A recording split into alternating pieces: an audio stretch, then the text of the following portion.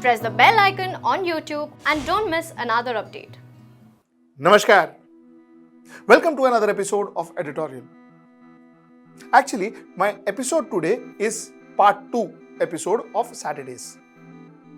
Why I call it part 2 episode of Saturday is because Saturday I spoke to you about the Mumbai police versus Arnab Goswami, which is the executive versus media. Today, I am going to talk to you about judiciary versus the legislature, which is Jagan Mohan Reddy, the Chief Minister of Andhra Pradesh versus Justice Ramana.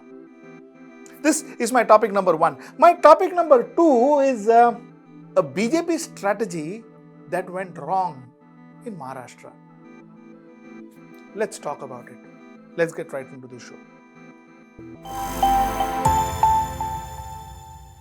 So the Chief Minister of Andhra Pradesh, Mr. Y.S. Jagan Mohan Reddy, wrote a complaint letter to the Chief Justice of India, Justice S.A. Bobde, against a Supreme Court judge working under Justice S.A. Bobde, Mr. N. Ramana. Okay, this is the story. Now, according to Mr. Jagan Mohan Reddy, Mr. N. Ramana is a corrupt individual. According to Mr. Jagan Mohan Reddy, Mr. N. Ramana is favoring his opposition, Mr. Chandrababu Naidu, and in lieu of it, Mr. N. Ramana and his family members have got benefited. I will read out few excerpts from his letter and then we will take this discussion forward. Okay, so the first thing that I think we should know is, he said in his letter, "It is my painful duty to place on record that in the course of inquiry by the Cabinet Subcommittee and also during the course of preliminary investigation conducted by the Anti-Corruption Bureau in a complaint received by it, it came to light that two daughters of Honorable Shri Justice N. V. Ramana, a sitting judge of the Supreme Court, and some of his close associates and relatives are beneficiaries of various questionable transactions of land within the area which came to be eventually notified as a location of the new capital proposed by Sri Chandrababu Naidu." Now, it's a thick letter that he has sent. It's a thick letter that he has sent. I've just read some excerpts of that letter. So, like I told you, he wrote saying that, listen, you know what? His daughters are beneficiaries to some land deal, and all this because he was favoring Chandrababu Naidu. So he said, Baba, listen, you know what? He should be thrown out. You should take action. He didn't say thrown out and all that. He said, Baba, you should take action against this judge. Now, he also adds, I read out one more paragraph. He also adds that Sri Justice Ramana's proximity to Chandrababu Naidu is too well known. I am making this statement with utmost responsibility. I may only bring to your notice that a former judge of Honorable Supreme Court Justice Chelameshwar placed this fact on record with evidence.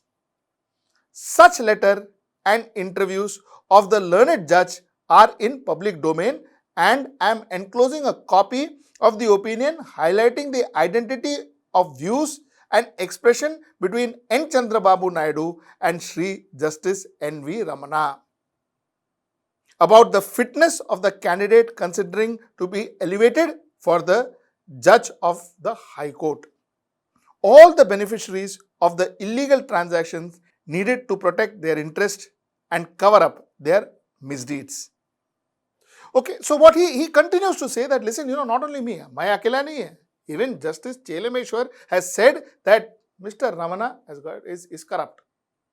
His transactions are not clean and he has been beneficiary of Chandrababu Naidu's favors. He and his daughters. He says, Baba, not just me, even Justice Chelameshwar, who is a very renowned and very well-respected former Supreme Court judge, has said it. Okay. Now, what is wrong in this? Actually, nothing. It is a job of not just a legislature, but a common citizen also, to bring it to notice if they see or if they understand that a government official, including a judge, is corrupt, or any official for that matter is corrupt. It is our job as citizens of this country to bring it to the notice of the superiors, which he bought. But you know what? The story is not that easy, and that's exactly why this becomes complicated. It is not that easy. Who are we talking about? We are talking about a gentleman called Y.S. Jagan Mohan Reddy. You know, this gentleman who we just referred, let's give a small background of this man. He himself is facing multiple cases under the Prevention of Corruption Act linked to alleged disappropriate assets. He is himself facing huge amount of corruption charges. He himself is facing disappropriate assets charges, and he was in jail for 16 months because of disappropriate assets and corruption charges. Now there is one more guttance to it. The guttance is this Justice Ramana was heading a bench which had recently passed a series of orders to the center, states, union territories and all high courts to expedite trials of criminal charges against all lawmakers across the country within a year. This Justice Ramana passed an order and told union territory, states and the center that you please expedite cases against lawmakers. Lawmakers mane one of the MLAs, MPs and all of that. Lawmakers ke against cases expedite karo. If there are corruption cases against them, criminal cases against them, expedite those cases. And if the cases are expedited, Mr. Jagan Mohan Reddy may go back to the jail if he is found guilty. So there is a reason why Jagan Mohan Reddy is angry. There is a reason why Jagan Mohan Reddy is angry. And what is Jagan Mohan Reddy's biggest problem is that Jagan Mohan Reddy feels that this Judge N. Ramanan was constantly favoring Chandrababu Naidu. That was his biggest grouse. So his biggest grouse was not that he had money, he had taken money or his family was beneficiary. His biggest grouse was this particular judge was constantly favoring Chandrababu Naidu. Now, this is the story. So, one cannot say that N. Ramanan is above law because, of course, that has to be investigated and so on and so forth. There are allegations against him. And like Mr. Reddy says, even Chelameshwar has spoken about it. So, that is a matter of investigation. But that being said, the reason why this letter has been written is something with a big question mark. These are powerful offices. Both the office of a Supreme Court judge and the office of a chief minister. And like I said before, I repeat myself. 4 pillars: the judiciary, the legislature, the executive and the media.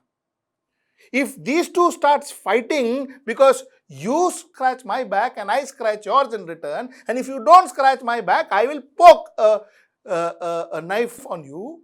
If that happens, then this entire system may collapse, and that's what the worry is. It is not about a chief minister writing against a judge that matters so much. It is who is this chief minister and why is he writing against this judge? That's the question. A short story before I end my today's editorial. You know, sometimes strategies work, sometimes strategies fail. I wanted to get to your notice a strategy of Bharatiya Janata Party, Maharashtra, that actually failed. Bharatiya Janata Party had worked out a strategy wherein they wanted to show the Chief Minister of Maharashtra as somebody who is useless, for lack of better terms. They wanted to show the Chief Minister of Maharashtra as a person who doesn't attend office, who doesn't do work, who sits at home. Strategy was very good. In fact, even the way they worked this strategy out was actually beautiful. Normally the way Bharatiya Janata Party does their political strategies. The governor of Maharashtra, some of the steps that he took, some of the actions of his, actually endorsed the fact that Maharashtra chief minister is not very useful, because people would start going and visiting the governor and taking problems to the governor's doorstep other than going to the Maharashtra CM's doorstep. I'm sure you remember we also talking about it. People like Kangana Ranaut also played a major role in this strategy, wherein they went to the governor and not to the chief minister, where they went and went to the governor with their problems and so on and so forth. Lot of people played this. Vishwa Hindu Parishad played this. They took problems to the governor, not to the chief minister. I remember asking even the head of Vishwa Hindu Parishad as to why are you not going to the chief minister? Why are you going to the governor? But that was a strategy. But of course, those days one didn't realize.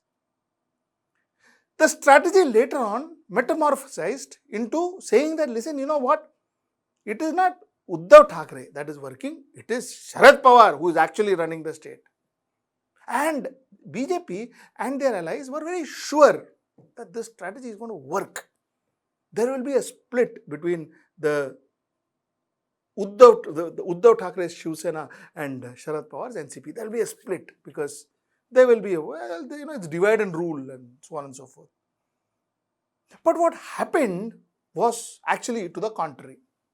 You know what happened? What happened was the people of Maharashtra actually accepted the fact that Sharad Pawar is a senior leader, so what if he is guiding the government? Uddhav Thackeray and Shiv Sena accepted that if it is perceived as Mr. Sharad Pawar is guiding or is being a margadarshak to us, so be it. He said, no, nothing wrong. Also, Mr. Sharad Pawar himself felt good that, thanks to the opposition, that the entire country perceives that he is still the numero uno of the state. He also felt good. So, other than splitting, other than causing a conflict between NCP and Shiv Sena, which was the core objective of this strategy, it actually bonded Shiv Sena and NCP much more than they ever were. They actually became close. They actually, this strategy pushed them towards each other, and they are now bonded like they were never before, like I said before. So this was the strategy that went wrong. The reason I wanted to tell you about this strategy is because there are only few political strategies of Bharatiya Janata Party, especially in the last 6 years, that has actually not clicked, not fructified. And something that went reverse, I think this will be the first strategy that can be seen as actually having backlash, which went actually directly reverse to what it was intended for. So therefore, this topic becomes relevant. Till I see you next time, Namaskar.